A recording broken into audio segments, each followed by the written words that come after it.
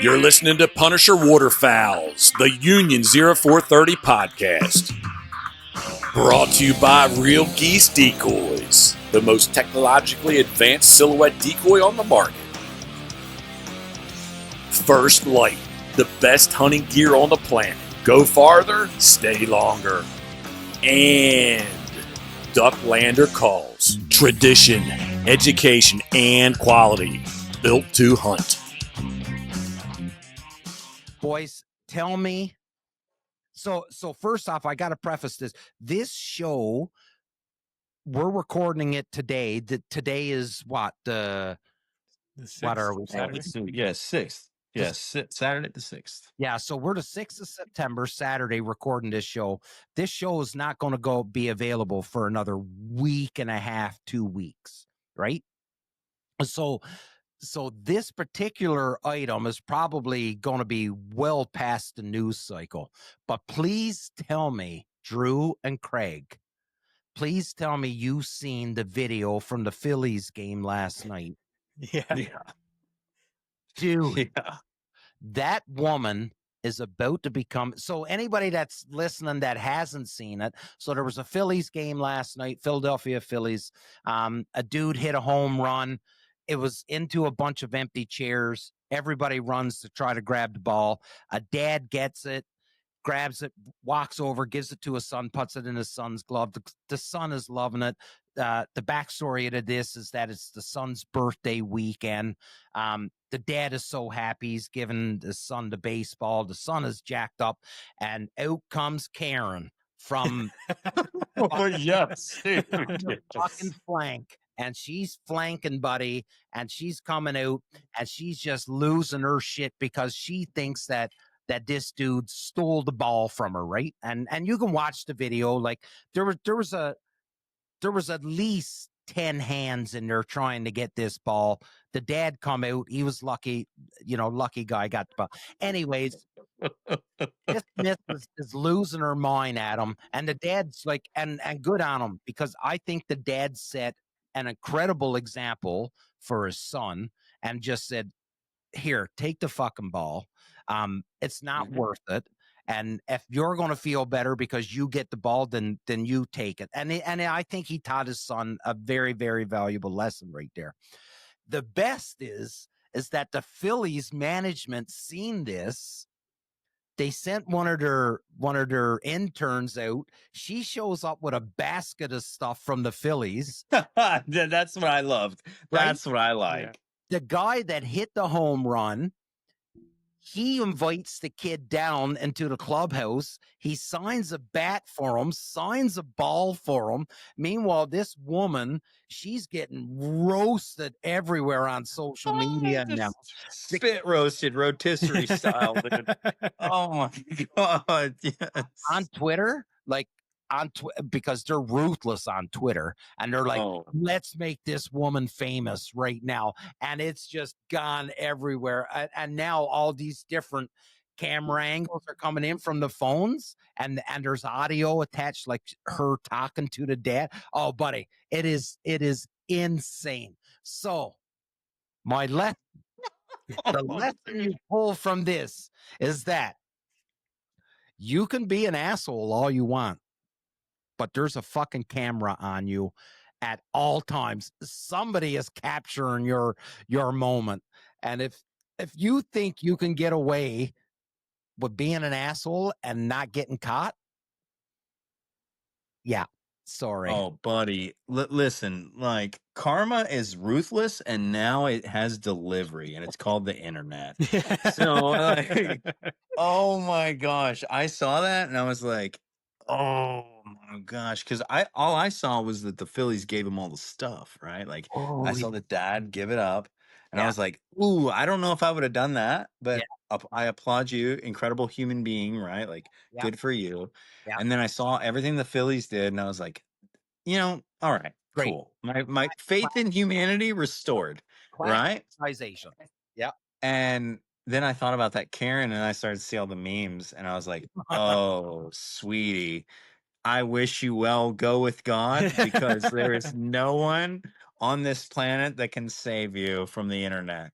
And My two favorite things, though, of the whole thing was in relation to her was the when people started commenting, it's like, okay, so what company is she the CEO of? Oh, yes, I saw that. Yes. Yeah. That, Well, and I don't think near enough people are talking about the dad's reaction, like how like when he was like when he got scared. yeah, you got It's like, startled, right? and because like you see some people commenting on it, and it's like, oh, he was just a bitch. But all I could think was like, that's the face I make if a mouse was to like run across the floor right now. Yeah. But like that's the thing I focused on, just when she was grabbed onto him before he even realized she was there. Like just that, like, Yeah. just I startled would've him, right? Like, I would have been but this oh yeah, too. I'm there with my son. I'm like, hey, buddy, I got your Yeah. ball. And this lady, but it's so epic because the haircut of the woman, everything, right? Oh, It just Yeah. screams. It screams Karen. 40-year-old woman that just thinks she is the most important person in the world, right? it was And almost it's almost like it was set up, like it was just so perfect, I right? know. The perfect look and everything. Oh my gosh, just the hair, the face, all of it. I was just like, if there was ever a poster child for a Karen, I was Oh, like, yeah. you're it, lady. Yeah. And Yeah. you have no idea what's coming your way. No, and That- now I'm fixated with Twitter because now I'm waiting for the update because now they've said, so I did see we've ID'd her, so her name is now out. Oh, God, dude. Now It's so relentless. Oh, and so like remember the Coldplay concert, right? So like that dude, that CEO, he had to make a press release. You know, right? Like he had to give his side of shit. So now I'm waiting for her side. Oh God, dude. Now, how do you get yourself out of this fucking mess, right? Like that. You don't. Think about it. I'm like, this is going to be epic. And there is video of some guy as she's walking back with the ball of some guy in an Eagles jersey, and he's sort of kind of giving her the gears because like an idiot, right? And she's complete meltdown mode right now, right? And she's just yelling at this guy, and now everybody in that section is just yelling Giving it to her. Yeah. or she's turning around and she's oh buddy, it just keeps getting better and better and better. And then she would have went home because she has no idea this has made it everywhere on Yeah, that's what makes me feel good. Yeah.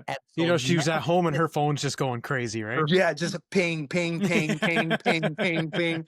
Her family's hitting her up. Like, you're on Twitter, you're on Facebook. Like, God, sweet, sweet justice, dude. That's what that is to me. Like, and that's what it is. And that little boy, right? Like, so class act from the Phillies to come out and yes, do that. 100%. Class act for the ball player that brought the kid down, signed the bat for him, and the whole bit.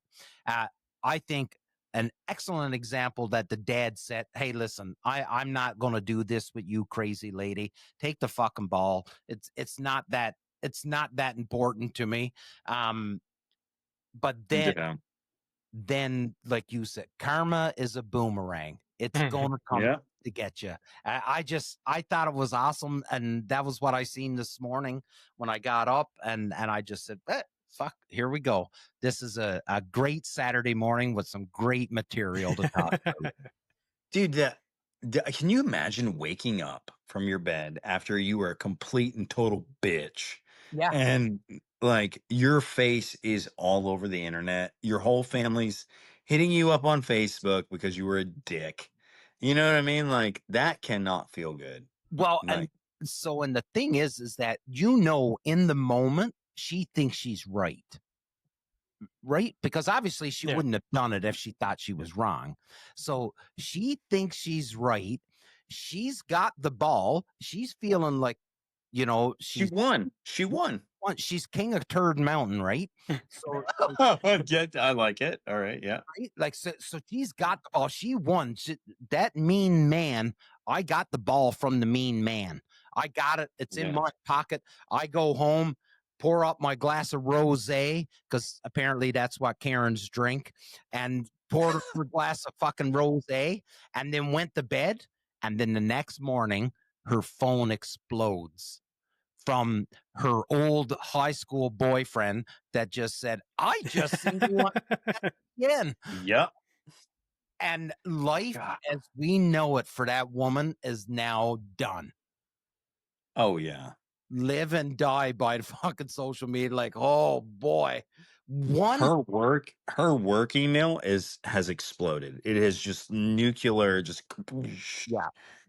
Yeah, 100%. And so let's just say she works in fuck, whatever. It doesn't matter where she yeah. works. But Yeah. there's one asshole that knows how to send out a company-wide email Yeah. without his signature block being on the email, and it's a picture of her losing her fucking mind, and it's a full picture, and it just went out to the entire company. There's an asshole that can do it. Printing out memes, dude, slapping them up in the lunchroom. Oh my God, yes. That's all I could think about is I would just bring my mug and I would just walk up to her cubicle and be like, so, do you want to tell everybody or do you want me to do it? Because please tell me you want me to do it. After you get like a picture done up on a mug over the weekend. Oh, yes. That's even better, Craig. It's on the mug Yeah. of her screaming. Yeah, Like, just walk around all nonchalant with it. It is. The internet has screwed us in a lot of ways, but in some other ways, it's given us some great content. Oh my God. Sweet justice. Sweet justice. Craig, the mug idea was pretty good. No, don't even say pretty anything. Right? Good, dude. Her on the mug and you're talking to her with it facing her. Yeah. Don't even say anything. Just continue on. Oh, that's awesome. Switching gears, I did want to make, and not that this is going to be a major announcement because it's going to be another 2 weeks after we record it before it gets out there. And mostly everybody knows now, I would think, but fucking huge news. Bobby Hayes is now going to be the host of The Grind, which is massive news. So that's really, really cool. And I'm really excited to see where that show goes now. Because, well, I don't want to sound like an asshole, but like I stopped watching The Grind a long time ago because I just didn't. I don't know. It's got no pizzazz, dude. I'll say it. I have no problem with those guys. I think they put on a phenomenal show, but there's no zing. Like what makes me want to watch you? You know what I mean? Like it wasn't. And I don't want to sound like an asshole and I don't want to sound harsh, but I just didn't enjoy the show anymore. Yeah, I agree. Well, I mean, it was very Burger King. I know what I'm getting. It's not the best thing in the world. Like it was, you know what I mean? Like, yeah, it's burger again. I don't know where this is going. Yeah, no, well, I think they go to some pretty oh man, that's really weird to say because I'm obviously not in that role, right? And I really I like the show. I just felt like it was always missing something. Mm-hmm. Me personally, right? Like I needed a little more energy. If I had to label it, right? Like we have to put it into what are you missing? An energy into it that I think because they go to some amazing locations where I'm just like, oh my God, dude, like what? I would kill to go there. You know what I mean? And it's just they go and it's like, yeah, this is what we're doing. And I'm like, I need a little more. Yeah. I need a little more from you. What? You know what I mean? Like that's all. I really hope it turns out super successful for him. I do. It's a sweet brand. Like I'm excited about That's it. Damien's out of here. Yeah, that's a wrap. Yeah, I insulted him and he's done. Yeah. So one announcement I've got, and now that Damien mentioned, I didn't realize this was going to be a couple weeks. So I got a message from Rich Fanning. So he has his own guide service here in Ontario, and he does the Veterans to Hunters program. So he's always doing stuff for kids and veterans and that. So he does the Southern Ontario Duck Slam. So he does it every year here in Ontario. So you sign up, and normally once you signed up, he would send out a list of birds for that year to everybody. And so I think it was normally 10 birds, and he'd change it every year. So it'd be like mallards, shovelers, whatever, right? Every year would change. and you had to try and get all 10 of those birds and be the first guy to enter all those birds. So he runs that every year. This year it's running different, but one thing he always does is you can nominate a veteran or a youth to either win a hunt, or for the youth it was usually, I think it was like a $500 gift certificate or something like that. So he changed it this year so that he nominated a veteran for, he had some veteran hunts, or nominated kids to do a youth hunt. So he messaged me today, say that my son Caleb got chosen as one of the kids. Dude, and that's epic, man. And Stephen Lorianne's kids, Stephen Lorianne, yeah, with Rich. But Stephen Lorianne's kids got selected as well. So awesome. So Caleb's going to get to hunt with Emmeline and Noah and hang out with Steve and or Lorianne. I don't know, like if one of them would just be going. And awesome. And the other side of that, it's actually on my anniversary. So I'm going to have to go hunting that morning because it's opening day of duck. So Caleb and I got to talk to Rich to find out the details, but we'll probably go down the night before, hunt in the morning, and then I've got to hurry up and get the fuck back here and probably find something to do. It's our 11th anniversary. It's nothing big. It's like, it's just one of those it's an in-between number. Most people don't make 11, buddy. To be fair, most people don't make 11. So. Right.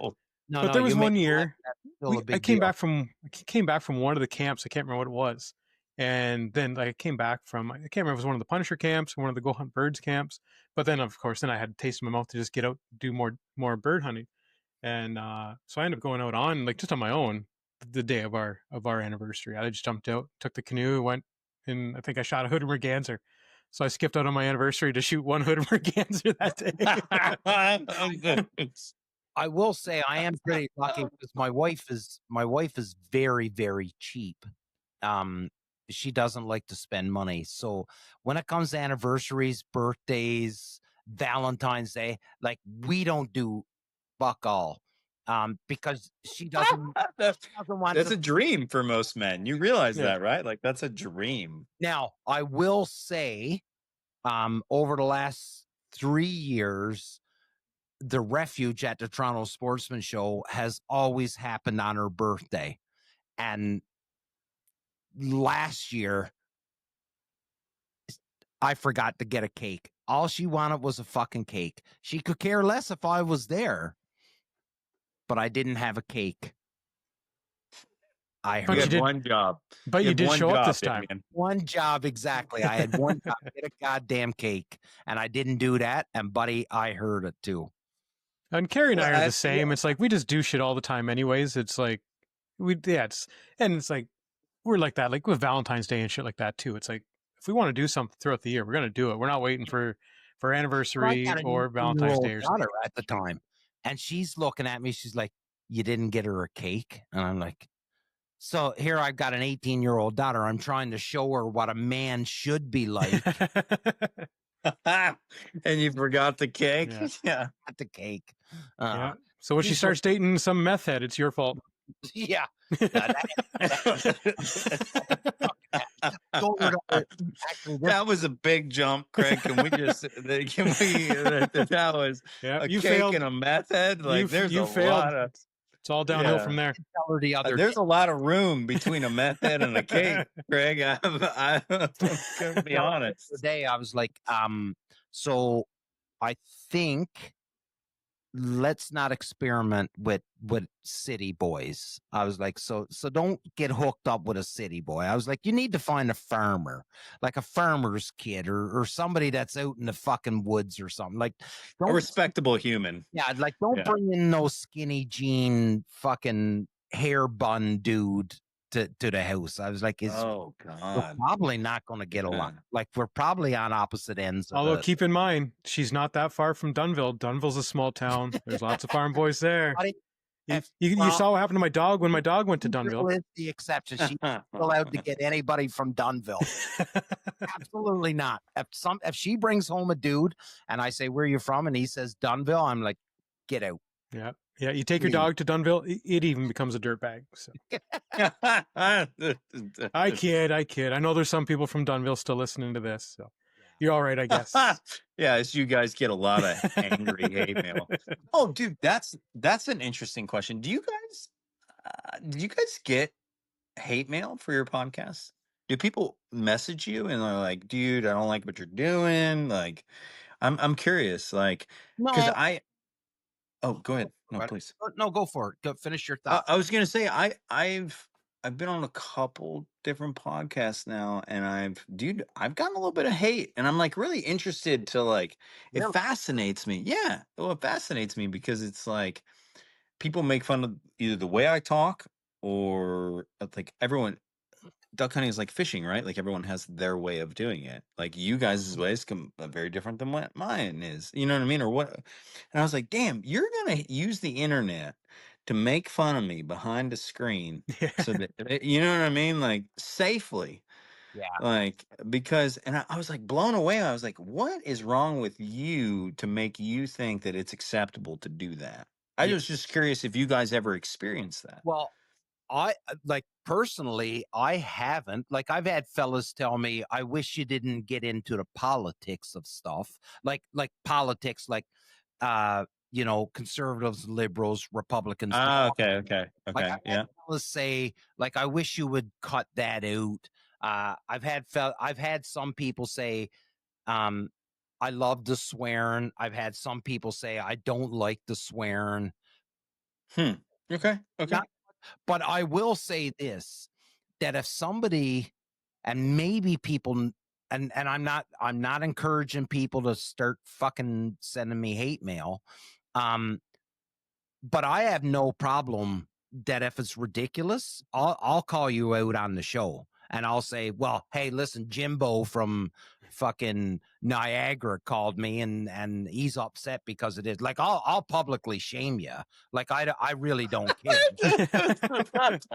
Like I that really is not where I thought you were going with that, but I like it. don't. Yeah. Like if you're now, if you have an honest gripe, because I honestly do believe the only way to succeed in life is through constructive criticism. So if there's Agreed. Yeah, that's yeah. like if you can come on and say, well, Damien, I think you talk too much, then I'd be like, you know what? I can see that. I take time away from the other fellas on the show or something. So I could believe that. And I'd be like, you know what? That's a good point. I'm going to work on that. But if somebody come on and said, well, I don't like your accent. Well, you talk funny. You talk funny. I'm going to put that person on blast. Yeah. And I'm going to go, well, Jimbo that lives in, Pugwash, Nova Scotia is making fun of the way I talk. He lives in Pugwash, Nova Scotia. You know what I mean? Like, yeah. I have no problem putting somebody on blast if it's a bullshit complaint. But if it's a legitimate complaint, then I will 100% take it on board. Does that make sense? Oh yeah, 100%, man. I was just curious.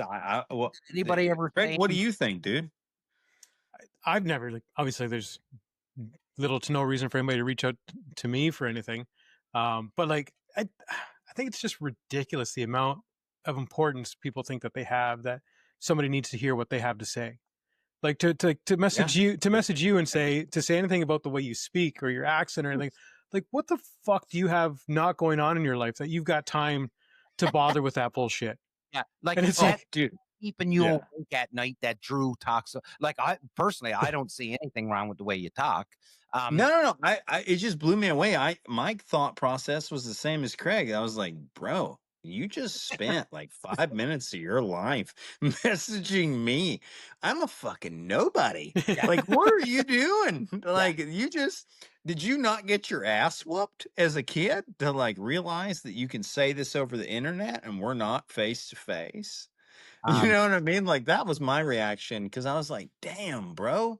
Like, because I think, well, what did they comment on? I can't remember. It was something decoy related. And I was like, bro, a decoy spread is a blank canvas. Do whatever the fuck you want, man. I don't care what your spread looks like. I'm not hunting it. Yeah. What do I care? Like, what? Are you insane?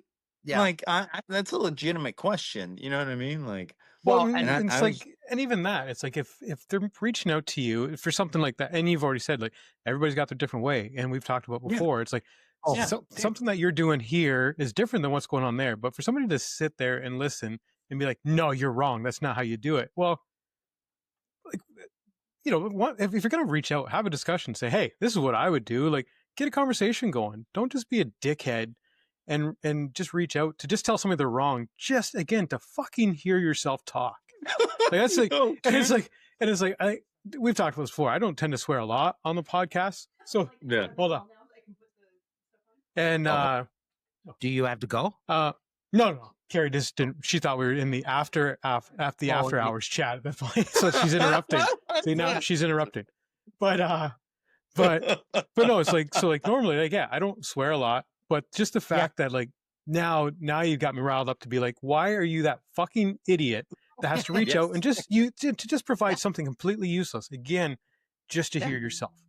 Like nobody cares. Let's keep. That's really funny you say it like that. Show. This is going to be a 2-part show. Let's keep going. Yeah. No, well, it's interesting to me because it's like, dude, I don't know if anyone told you or faxed you. I don't know how old you are, like whether they texted you this or what, or sent it to you via TikTok, but like, you're not going to get that life back from messaging me about how bad I suck because you missed. There was a road sign that said, I don't give a shit about like 6 miles back that you totally missed it, buddy. You missed it. Yeah, dude, I'm blown away. I'm blown away at what the internet allows people. Mike Tyson once said, everybody is tough until they get punched in the face. Dude, I know. Look, this guy's messaging this and just, to your point, Craig, just like I'm sitting here just like trying not to lose my shit. And he's messaging me consistently. Like, you know what I mean? Oh, yeah. Well, okay. So we all have a friend that texts us like a big blurb, right? And there's nothing wrong with that. Yeah. But this person is sending sentence by sentence by sentence on Instagram. And I'm like, damn, bro, you're fired up, brother. Like, right. Dude, did the AC in your mom's basement go out? Like, I don't understand, like, like how I have become me as a nobody, your focal point in life. This is how you're going to spend your time.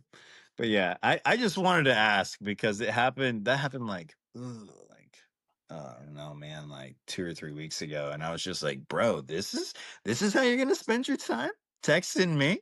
Because after a while, to your point, Craig, I just started baiting. I'm just throwing bait, dude. We're just reeling it in, man. And I'll try to find I don't know if I deleted it. You went terrible. You went Darth Vader there for a second, buddy. Oh, yeah, 100%, man. Well, I was just like, all right, well, how far can this go? Like, how much can I get out of this guy? Yeah. So. Oh, and sometimes it makes you wonder, too, like, is it just a bot sometimes? Like, is it just a fake profile? I thought about it. I was like, dude, am I being trolled by a AI right now? Like, is this do that now? Like, well, yeah. I mean, like, can like AI send you a message and go, I don't like the way you talk? Or it's just there's so many fake profiles in general, right? Like these, like look at, especially like if you watch like any of the political parties, Facebook pages and stuff like that. Like, go through the comments. How many of those profiles are real? And like they're putting full comments on there. Yeah, fair. Yeah, 100%. Well, I think it's to play the algorithm. They put the bots. They attach a bot to a conversation to play the algorithm. Another comment, right? Which sort of kind of drives it. But I think you're like you and Craig. I think your responses to somebody like that's the epic way to just make them feel useless. When you go, seriously, I'm what's causing you not to sleep at night? Yes, you are a fucking loser. If I'm the person that's causing you grief, you're a goddamn loser. You know what I mean? I think that's the ultimate rebuttal to those guys. They're like, okay, sure. I got a buddy. This is his response. Anybody says something stupid to him, this is his response. Okay. And he walks away, and it drives people bananas because he will not get into a conflict with them.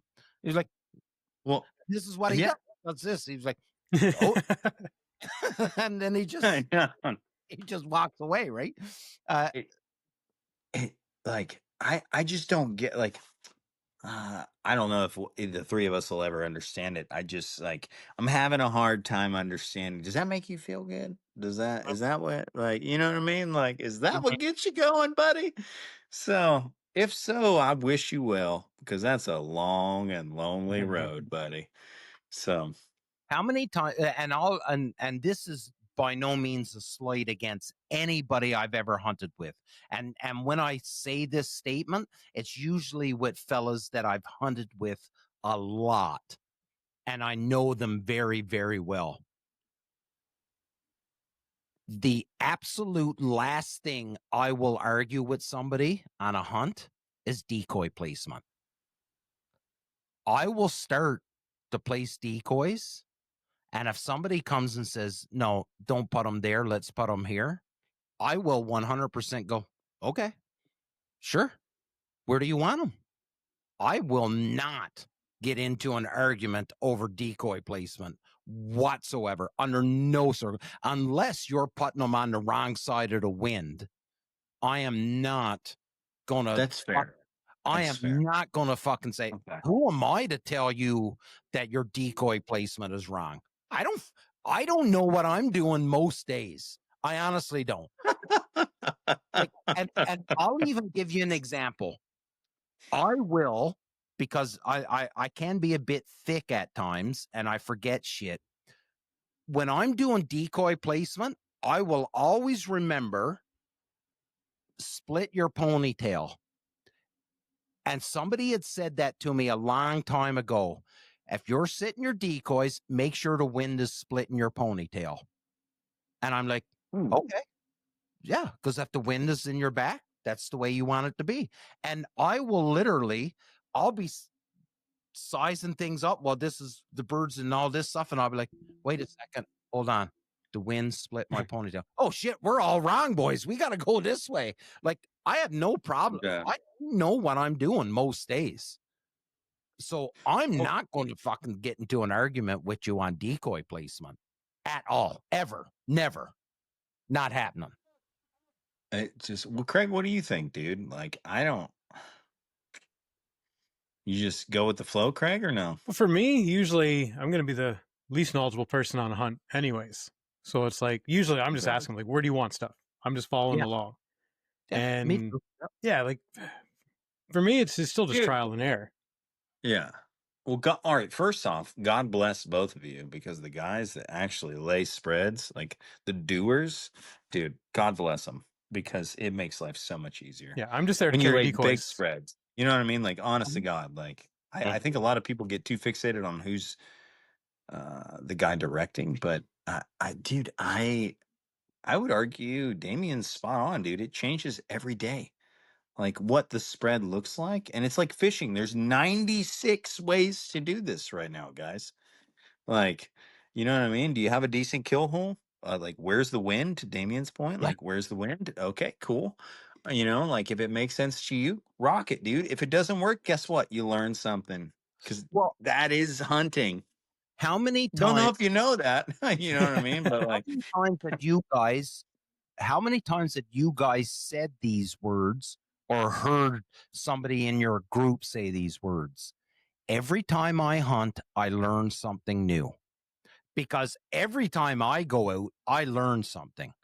It's either I learn something on a mistake that I made, or on somebody that's within my group that I'm hunting with, something that they did that didn't work. And I'm like, well, I did this one time with Joe and this didn't work, so we're not going to do that again. Like, if you're at the stage of your waterfowl hunting career where you are absolutely right 100% of the time, then I think there needs to be a statue erected of you down in Arkansas. I was just about to say, where exactly do you live? Because I need help. So I need to know where you live. So of the world, even most times, like, especially the last couple of years, like, just if I'm out in the field the last few years, like, I'm on my own. So like when I've gotten fields or whatever, and I'll look, see what the wind's going to be doing the next day, I'm usually texting people, sending pictures, like screenshots of the field and the directions, like what, and getting thoughts, right? Like, okay, what would you do? Yeah. Last, and when Damien talking about, like, oh, you know, split your ponytail, have the wind at your back. Every time I set up last year, not a goddamn bit of wind. So it's like I'm just trying to figure out what to do, and it's like, all right, I know the birds are coming from over there, trying to figure out what to do. And every time I went out field hunting for geese, not a bit of wind, and they just, they kept doing the same sort of thing. So like, then I'm on my phone, I'm texting people, like I think the one time I even just post on Facebook, I'm like, God damn it, like I still just they're landing outside my decoys. Like, I got to figure out what I'm doing. And even I think it was Russian the one time messaged me. He's like, we're having the same sort of problem. It's just there's no wind. It's not what you're doing or not doing. That's just what's happening. So yeah, like right there, quick text message, in or out, and you're just getting those little tidbits. Like there's never going to be a time where there's not something else to learn or to change up. Buddy. You're trying to and I've used this term, we're trying to outsmart something with the brain the size of a pea that its entire existence in life revolves around eating and screwing. That's it. And we're trying to trick that thing into coming, and you think that it's easy, but it's not easy. And the way Craig attacks it, the way Drew attacks it, the way I attack it, every one of us will do something different. 100%. I have yet to hunt with anybody that I've said that is exactly the way that I would do it. Yeah. Well, I mean, that is hunting, right? Like, I fooled you. I fooled you. I overrode, because that's the interesting part about hunting that I think a lot of people don't understand. I overrode an instinctual warning sign to that duck. He was like, they're not moving. I'm going to land there anyway. You know what I mean? Like, my stuff, the calling, the setup, blah, blah, blah, blah. Right. It overrode an instinctual thing, because we always talk about that in Louisiana. It's like when those mallards come feet down. Okay, I won.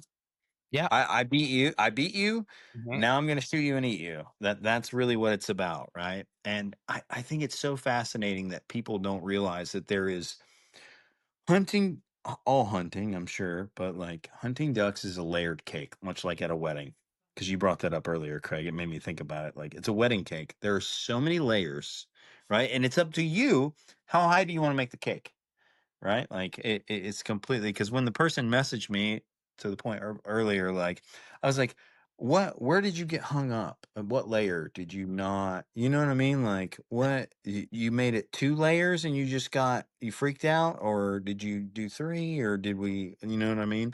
Yeah. Because I didn't sign up for that ride, but I think it's so fascinating, to your point, Damien, about like, damn, dude, like there's so many different ways to approach the same problem, because we're all doing it differently. That what works in Canada might not work in Louisiana. Just fun fact, don't have all the answers, but that may be a thing. So yeah, like, and who am I? And I know Craig, I know, and Drew, I've never hunted with you, and I don't know you outside of the podcast, but I have a very good idea of the type of person you are. But I do know Craig, and I know Craig's mentality, and I can tell you that Damian Pittman and Craig Lalonde will never walk into a hunt and say, this is the way that it has to be. It will never happen, ever.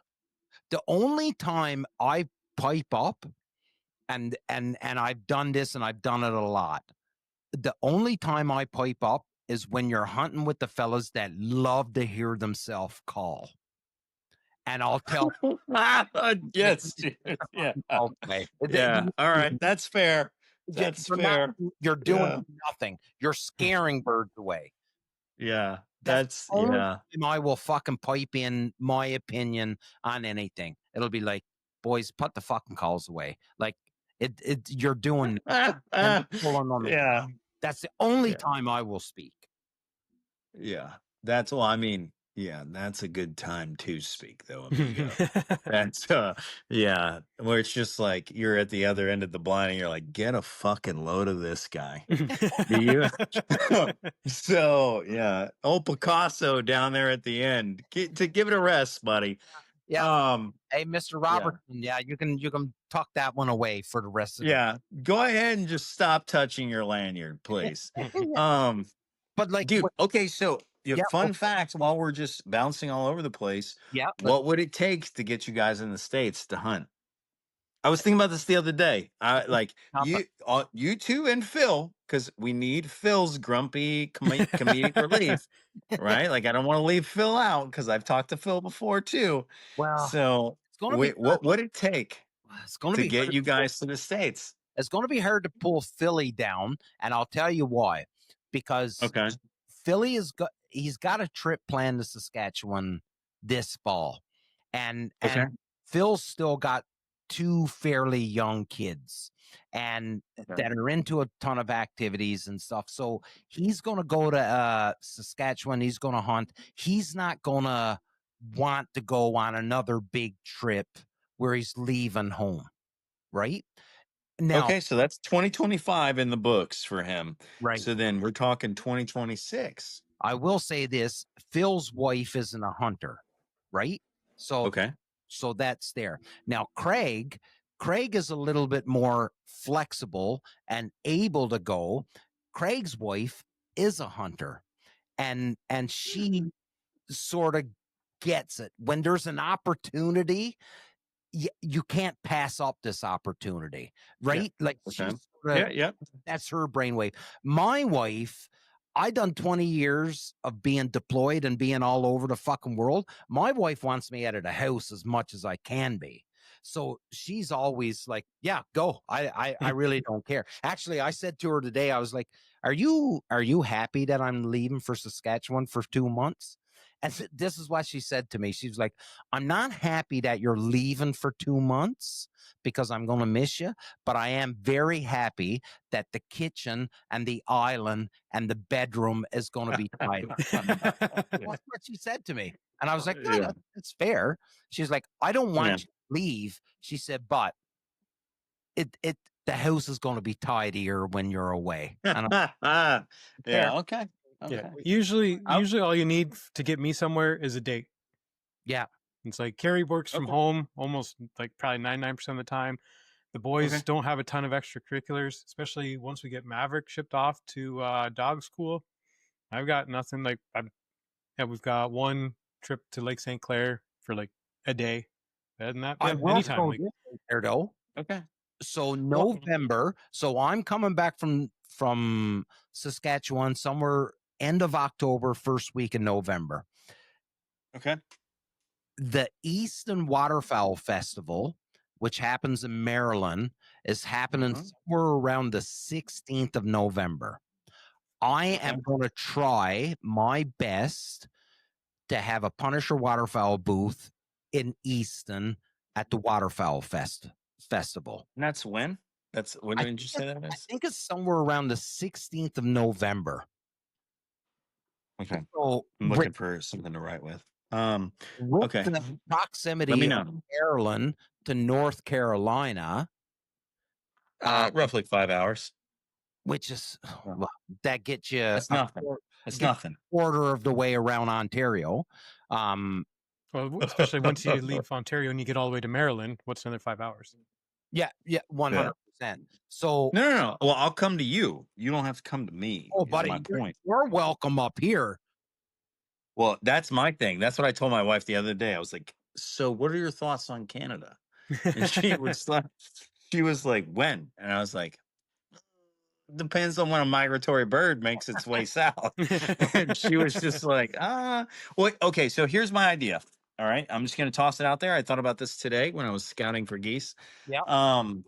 Thinking about the podcast. So I want to get you guys. No, we don't have to go to Louisiana. I'll meet you in the middle, right, to make it closer to you guys. Okay. So we can go somewhere. We can freelance. We can not freelance. People on the podcast, please throw out your suggestions, right? Like because you guys have a pretty wide base because like your base has been, your listeners have been super positive to me. I think it's really important to take a second in the podcast to like, if you're listening to this right now and you have supported Canards, you've ordered a hat, shirt, just sent me a DM on Instagram. You guys rock. You have been super positive. I can't thank you. Are the reason that I am making a product, but I want to meet you guys in a relatively middle ground, right? I will go north and you come south. obviously, and we'll do a hunt. We'll do a podcast at the lodge where we go.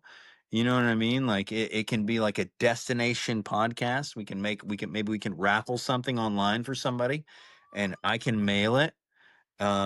If they're in the States, and you guys mail it if they're in Canada, because Craig, I still am working the Canada piece. Yeah. It's a lot more complicated than I thought. Yeah. Which is super lame, by the way, because I have to coordinate through Shopify with the Canadian Postal Service, which is a lot more expensive. Because I was like, I don't it's even, awful. dude, it's terrible. I was Yeah. like, well, so you messaged me about it, and I was like, okay, well, I don't feel comfortable making you pay that much money for a hat, dude. Like, that's insane. You know what I mean? Yeah. So that was my beef with that, and I was like, okay, there's got to be a better way. But in all my research, I'm not going to bullshit you, Craig. I can't find a better way. Yeah. No, Like, there's really no way around it. My dude, plan is well, especially now, if you're saying, hey, like, coming down the States, I can order a whole bunch of stuff to your house, and then you just bring it to me. yes, 100%. Right? Like, no, I will. Bring a trailer. Dude, I'll fill an entire Ford 250 of like what it is that you need. And that's not a joke. Obviously, I'm not going to give my address out on a podcast. But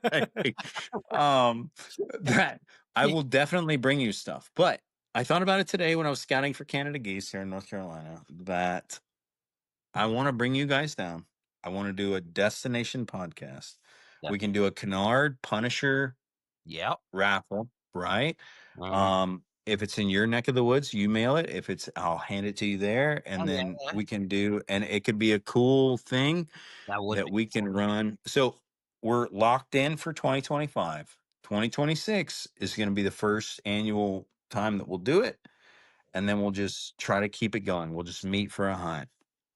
So I thought it would be a fun way for us to meet in person, to like get you out of the house, get me out of the house. Yeah. Like it could be a very fun way to like involve others, so to speak. Yeah, and the thing that I like about it, and Craig, you chime in too, but I think we need, so the podcast, so this here group and the podcast and all the other, because there's some great podcasts that are out there and people that are promoting lifestyle and stuff.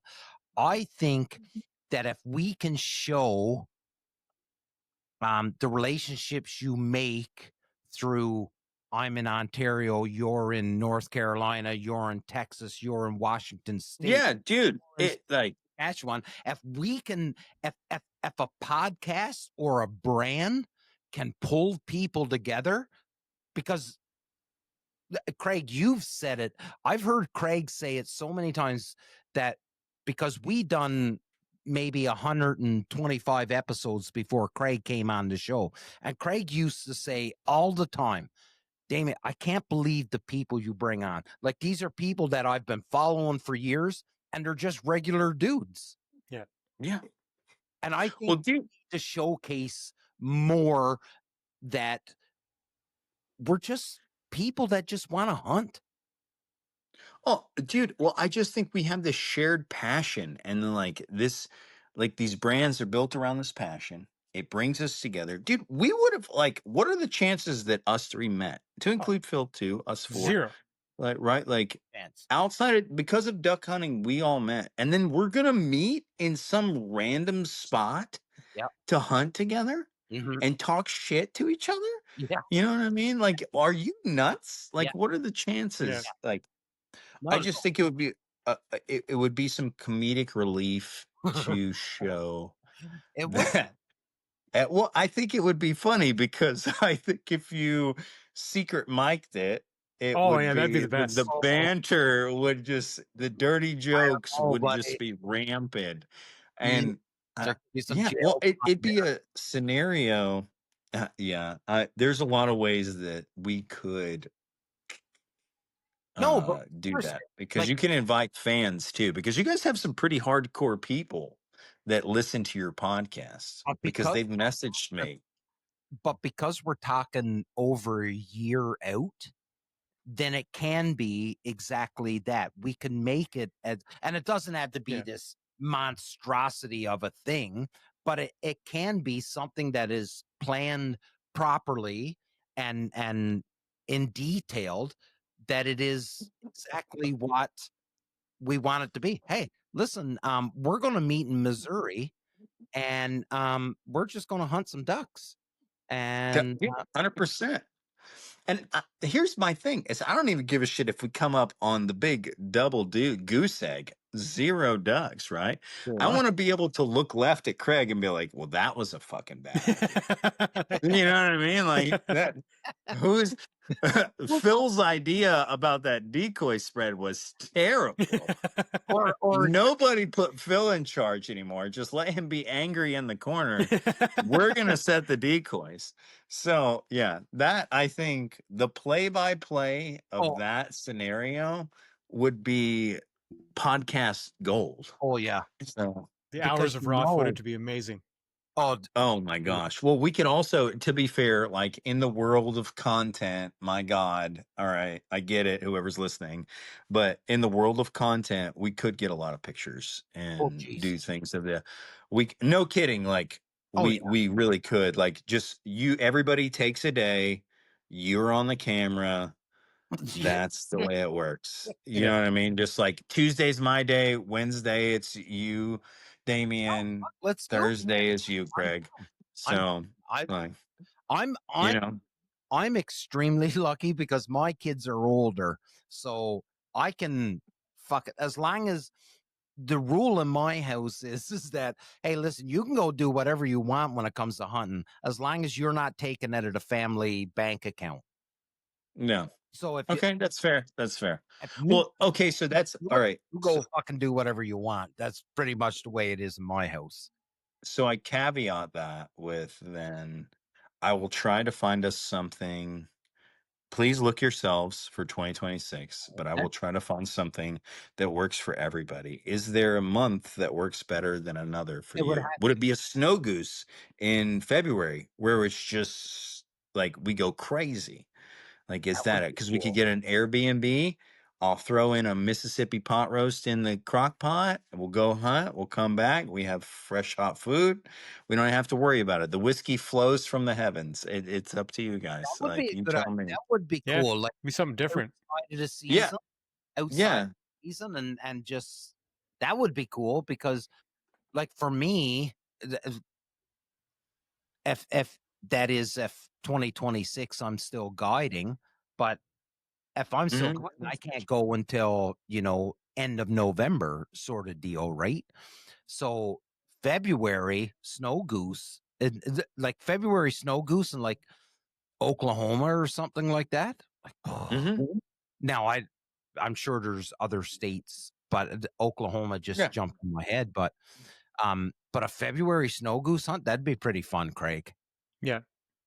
Well, I mean, take your scheduling plugs wise, out, it'd probably boys. be easier for everybody, right? You're not trying to jam it in at the end of our season. Yeah. I'm not opposed to that either. I got a passport, buddy. So yeah, I'm ready. Like I'm looking for a reason to come to Canada. I am a dirty girl. You don't have to sell me. You just whisper it, and I'm like, yes, I'm in. I'll take it. I'll take 2. You know what I mean? Like I'm not the guy. Okay, so you have. So I can only speak for myself. So I'll speak for myself for November. But if you've got time and you're like, Damien, I've got 5 days in November, I can drive up and we can hunt. But you are more than welcome to come up. And all you got to do is say to me, Damien, I've got 5 days in November. Let's do a hunt. And I can promise you, I will get Philly and Craig and we'll figure something out and we do a great hunt. And you've got an open invite and it will. Now, you shouldn't say that too many times, buddy, because Oregon flies flyway. So you got to manage your expectations, right? We're not Saskatchewan. We're not, you know what I mean? So like we get geese. We don't get ducks, or at least I don't, Craig. I don't know about you. I'm more of a goose area than I am a duck area. Yeah, we do get a fair amount of ducks, but yeah, we're in quite a different area, just being on the bottom of Georgian Bay and having still a ton of agricultural though. Yeah. I'm mostly Okay. a Canada area, right? Like we get tons of Canadas, but I will throw this there to you that if you've never shot a black duck, oh boy, do I have an area for you. Oh, dude, I'm a dirty girl. I don't know if your You're a- listeners caught that already, but like, I mean, you whisper. I'm telling you, dude, if you whisper Canada geese, like you name it, I'm not the person to. Yeah, I'll come. you got to bring the Just Frankenstein jacket with you if you come Canada. well, we're all gonna freeze because we're all gonna have like a left arm is gonna be really warm and our right arm is gonna be freezing, And and then your chest is gonna be somewhere in between. Like it I just was want you to just. back up a minute too. What the hell is a Mississippi pot roast? Yeah, that's Oh, my man. All right. No. That's a solid ass question that your listeners need Because to my know. first thing to me, I'm thinking is like, what is that, like a muskrat or something? Like, No. walk me through it. Not at all. So, okay. No, that's a phenomenal question, Craig. God bless you. The world needs more of you. All right. So, you take a chuck roast, you sear a chuck roast, heavy salt, boom, boom, sear all sides of the chuck roast, sides, your large flanks, right? Like the large flat surfaces. Then what you're going to do is you're going to chuck that in a crock pot. Then what you're going to do is you're going to take an, um, depending on where you're at in the United States, au jus, au jus, however you choose to say it. Oh, jus Right? up here, Yeah. Au jus. That's the proper way to say it. Thank you, my Canadian friends. The rest of the United States is handicapped in that department. I'll make that joke. I don't care. You all right? Cool. I'll invite more negative comments. But that a little bit of that, a little bit of ranch seasoning, au jus seasoning, and now here's the kicker, boys. About it depends up to you, right? Like how much peppercini, the pickled pepper that you juice that you add, right? That's on you. So, but you're going to add at least a half a cup and a stick of butter, and you're going to let that cook down. Carrots, onions, whatever you like with your pot roast, add that all into a crock pot. Let it cook on low all day. And then you come back, spoon that out over a whatever rice you enjoy, and with a little bit. Now, here's my thing. If you want like the full experience, add a little bit of juice. Don't shy away from the peppercini juice. You know what I mean? At least 6 is my rule, and you will not regret it. I've never heard of peppercini. Oh, it's a game changer. It is absolute game changer. Now, it sounds absolutely awful. I will say this, that the Louisiana cuisine, while I was a bit nervous, because I thought Louisiana cuisine was spicy. Like I just not all of it. That's fair. Not all of it. It was spicy, and I was like, man, I'm not gonna like that. I don't do spice. Like I don't like. That's okay. Yeah, that's totally fine. That's totally fine. Once I was down there, I was like, oh fuck, not everything is hammered with hot. So well, yeah, so that's my idea. If you guys come south for the hunt, I'm gonna cook most nights, right? Like I'll just take it on the chin, not because like you just like we'll figure it out when it happens, but I want to cook for you guys a couple nights. I'm not going to do spicy. I'm just going to do like stuffed pepper, duck sausage stuffed peppers. We're going to do some serious Louisiana gumbo. We're going to do like the whole shebang, right? And we're just going to talk shit, drink liquor, and hunt whatever it is we're after. So, did I ever tell you my story about when I walked up to the 3 black ladies that were cooking food, and I said, "What's on the menu?" And this lady named off all this stuff, and jambalaya was one of them. And I was like, "Well, I've never ever eaten jambalaya, but it sounds good." And this woman fucking snapped her head. So, what you mean you never ever eaten no jambalaya before? I was like, I'm from Canada. I've never eaten jambalaya. And she was like, oh my God. She was like, this is the best jambalaya you'll ever eat. And dude, I ate this stuff. And so she packaged it all up for me. She was like, once you're done, come back and let me know if you like it. I was like, I will. I promise you I will. Dude, it was the fucking best thing I've ever eaten in my life. And I come back and I was like, Jesus, this is good. And she, of course, and she's an older, I would say she was probably in her 60s. So she was a very animated. Yeah, as she should be. All And right. just laughing. She's like, I told you were going to like that jambalaya. And it was just fucking, it was just hilarious. It was fucking. As you gain 3 pounds from eating it, yeah, that's really important that you take away from that. That's a whole. I ate Tefoulet, which I think is amazing. Okay. But I ate black drum. I'm a fish guy. I love fish. Yeah, me too, dude. I'm going fishing tomorrow. And I was a bit skeptical on eating it. And this waitress in Baton Rouge, she was like, I promise you, it's good. You're going to enjoy it. And I ate this black drum, dude. Oh my God. I was like, what the fuck are you guys doing? Yes, dude. Like today. And I was like, man, this is amazing. Like Craig, like buddy, like just sit down and I'm not a guy that experiments. I know what I like, and I don't tend to experiment, but I did, and oh my God, was this stuff ever fucking good? Well, my goal just for you two is just to Phil to across the table look at me and just give me like a nod, and then I'll know that, like, you know what I mean. Phil is if I please Phil, you know what I mean. If he just gives me that like disappointed dad nod, I'll be like, all right, cool. You know, like you did good, kid. You did good. Yeah. Like we had a shot, boys. We did okay. Be like the closed eyes with the nod. It'd be like, yes, dude. Just like, not bad, kid. Not bad. Good job, Drew. So, yeah, no, that's the goal. Well, I want to Billy because he's studying tonight for a very important exam he's got coming up. So I am. He would be on here tonight because it's fucking Saturday night, and what else is he doing? Because Gray's.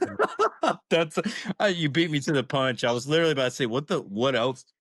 Yeah, would he be doing exactly? Wasn't it one of the boys' birthdays or something too today? Wasn't it? Yeah, his son's birthday is today, and then he's studying, and so he couldn't come on. Which, for Phil hardly ever misses a show. So when he does, it's usually something. So, and he listens. So and the thing with Craig and Phil is that when they can't make a show, they listen to the show that they don't make, right?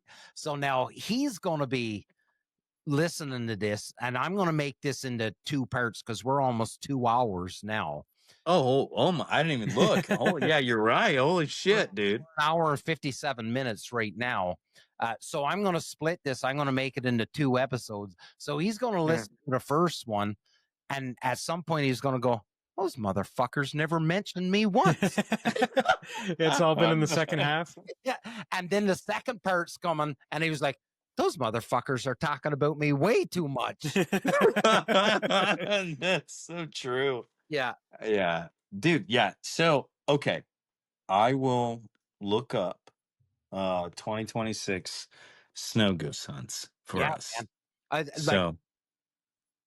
I think it would. Okay. You know what I think would be awesome, and this is just me. This is me.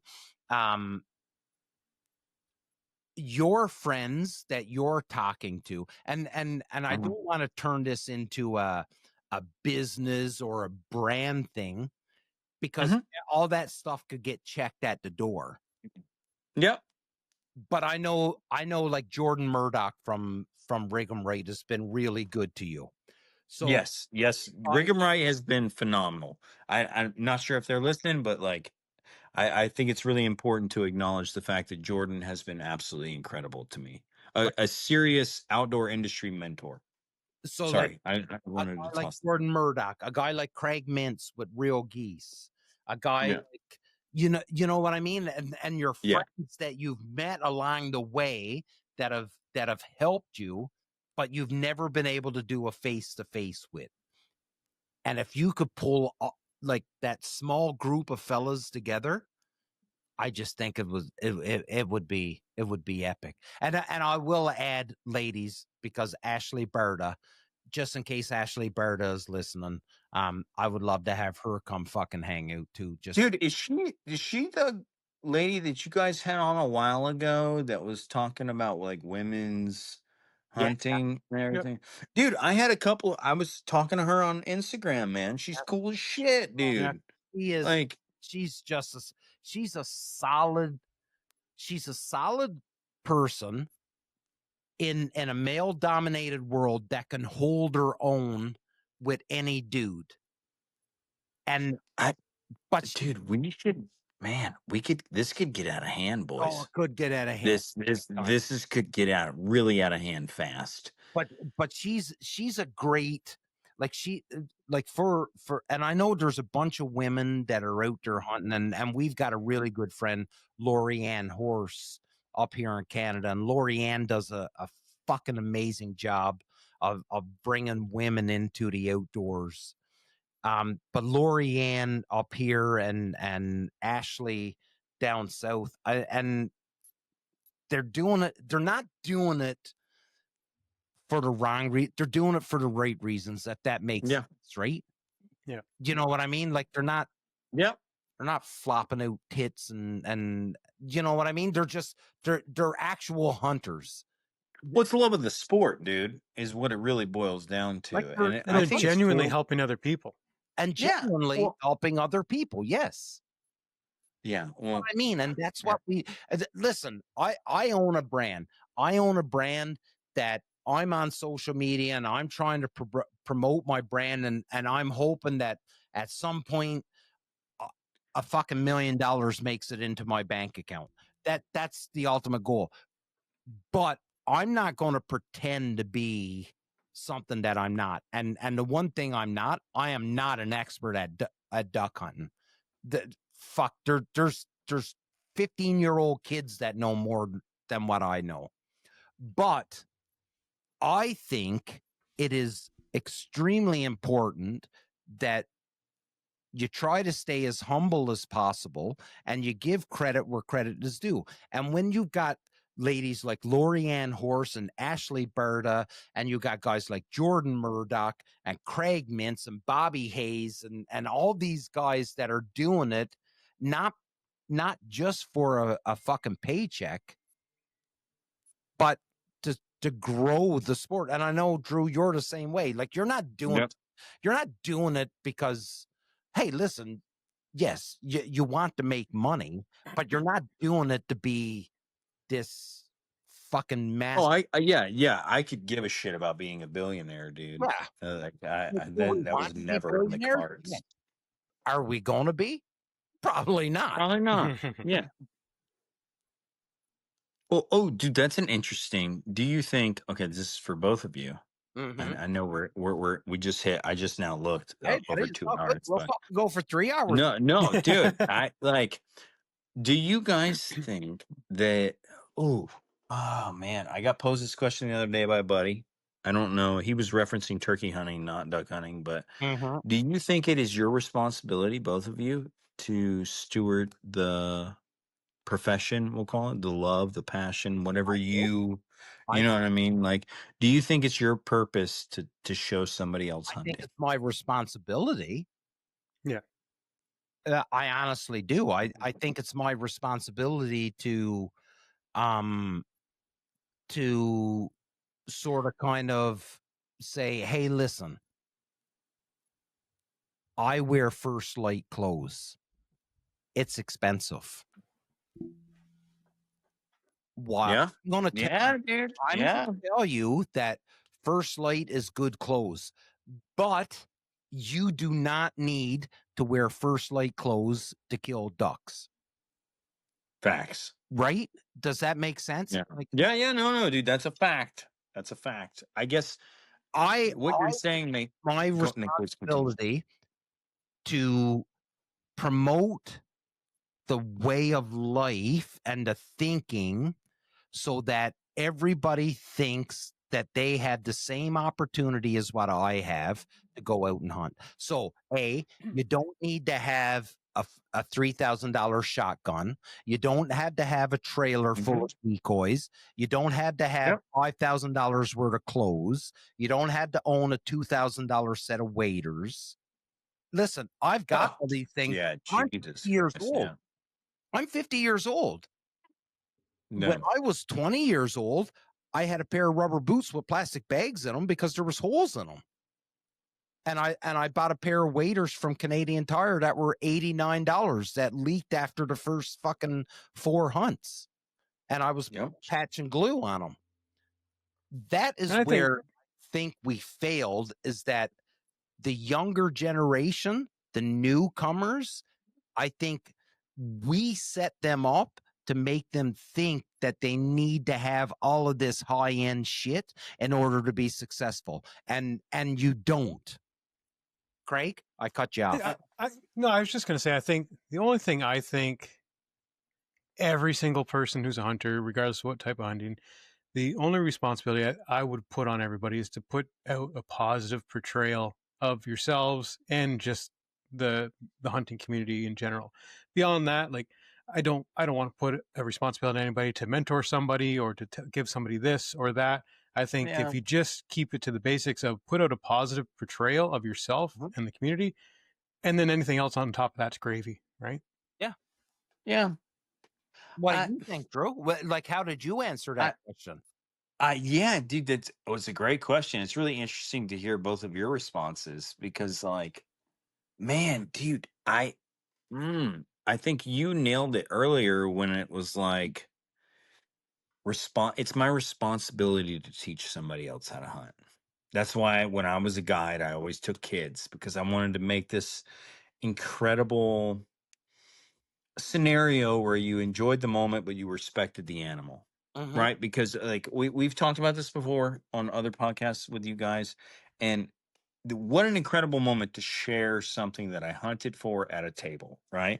But I also think we have to be, like you said, we need to promote the sport too. Like, this is an incredible thing, guys. Like, and this is people have done this for generations. Like, this is an incredible, and they taste amazing. Let's not forget about that. But like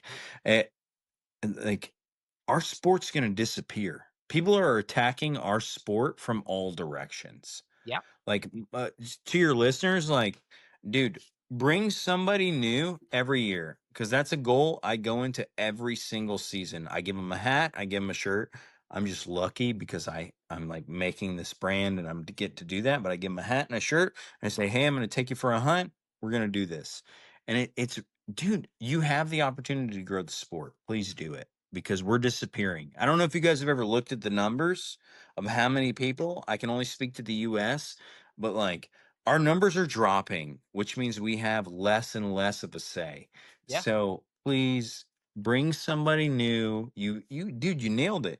I don't need $1,000 waiters. I don't need $1 million in decoys. I don't need $1 million gun. Like, come on, man. Like, just go out there, show them what it's about. Yeah. It's a lot more than standing in waist high freezing water blowing a silly instrument. You know what I mean? Like, Well, and look at social media. So if you're a social media, if you're a waterfowler, a duck hunter, goose hunter, and you're on social media, you're watching the big names of the industry, right? You're seeing, yeah, and 100%.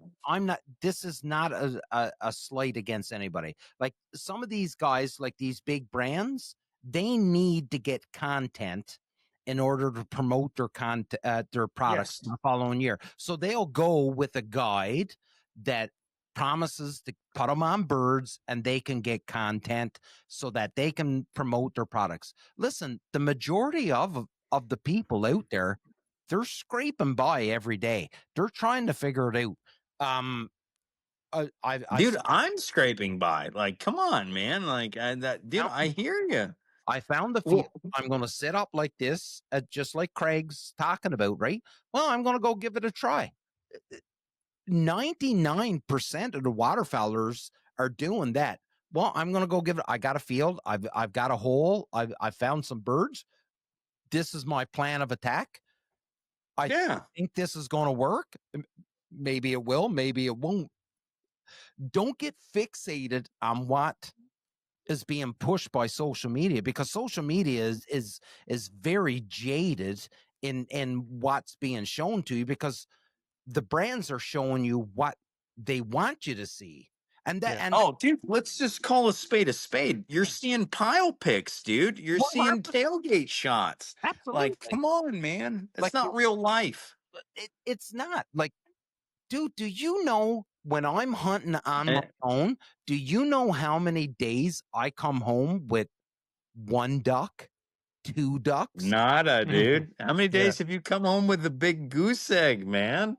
I tell you what, when the wife gives you shit over dropping $300 or $400 on decoys, and your first hunt, you go out with $300 worth of decoys, and you come back and she goes, how many birds did you get? And you go, I didn't get any.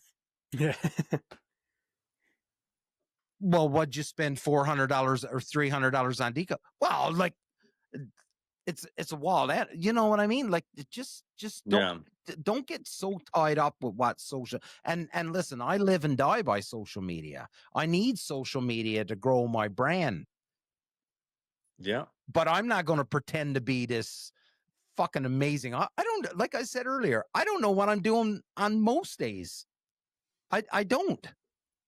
My success hunting is exponentially better when I'm with another hunter. If I'm going by myself, my fucking results way lower.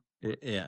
Dude, I will say though that, like, okay, you bring up a phenomenal point. The amount of money that a waterfowler has to spend in relationship to other pursuits, deer, turkey, blah blah blah. Oh, dude, he died again, Craig. Yeah. He's getting tired. He's just too old. Oh yeah, dude. What are we gonna do with him? But I am gonna correct you. You said the amount of money waterfowlers have to spend. You don't have to. No, you're right. You're right. You bring up a great point. We make a lot of poor choices. Amen. Hand to God. I really think that the amount of money that we spend when that mallard, okay, so not everybody gets mallards. It can be whatever duck people your list, like the people listening to this right now, whatever duck that gets you going, whatever it may be, whatever amount of money that you spend to get that duck to do it dirty in the decoys is worth every single penny. And you can crucify me on that note, okay? Because there is truly when I don't know. I've, like, to Damien's point, I've only probably made a spread that ducks loved maybe 4 or 5 times, right? But like, uh, there's something to be said about when you fool them and they do it dirty and they land directly in the kill hole, and that magic moment of all your buddies stand up and boom, boom, boom, boom, all the ducks drop, and you're just like, oh, that moment in time. Yeah, you can take my $400. Yeah, you can have it, because it was worth that. Like, all those silly not killing duck moments for that moment. So maybe maybe that's ludicrous. I don't know, but no, buddy, no, it sounds about right. It sounds about right, fellas. 2 hours and 13 minutes we've been doing. Yeah, that's true. And my wife texted me and she said, I got some chicken wings for you. So, yeah, that's a wrap, boys. I'm a third of the way through a bottle of spiced rum. I'm going to get some fucking chicken wings, boys. I'm not get something in your belly. Yeah.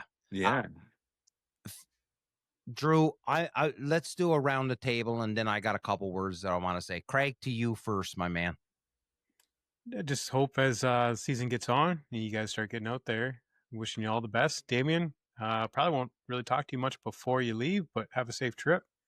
I will. And yeah, I'm just looking forward to getting out myself and seeing what the season has for me and Carrie and Caleb. I'm really looking forward to that this year. And Drew, always a fantastic time talking to you. Oh, buddy. Yeah, dude, Awesome. you're amazing. Drew, to you, my man. Oh man. Oh gosh, guys, thank you so much. Thank you to your listeners for putting up with my nonsense. I hope everybody, to Craig's point, like I hope everybody gets out there and gets after it, man. Like we're back, baby. We're back. And I'll leave it at that, man. So Drew, dude, you have no idea how much I appreciate you and being able to message you and say, hey, you got plans on Saturday night? And your response is, I'm yours, boys. But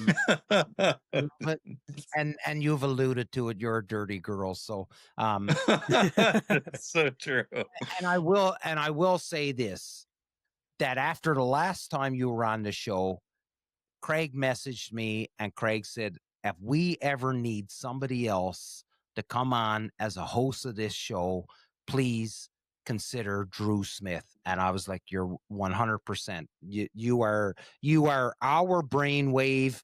You are our speed. Thanks, Craig. And buddy, we love you. We love that you come on, because there's not many people that could come on and do 2 hours and 15 minutes of talking. So I appreciate you, buddy. Craig appreciates you. So does Phil. We love you. We love the fact that you come on and you keep it real, and we will do whatever we can to make sure that Canard Waterfowl succeeds. And I can't say enough good things about you, buddy. I appreciate you more than you will ever know. And I know the rest of the boys feel the same way. Ladies and gentlemen, this was episode 240 of the Union 0430 podcast. We are not experts. We'll never pretend to be. We are just a bunch of friends that love hanging out and talking anything bird hunting. Go Phillies. That's good.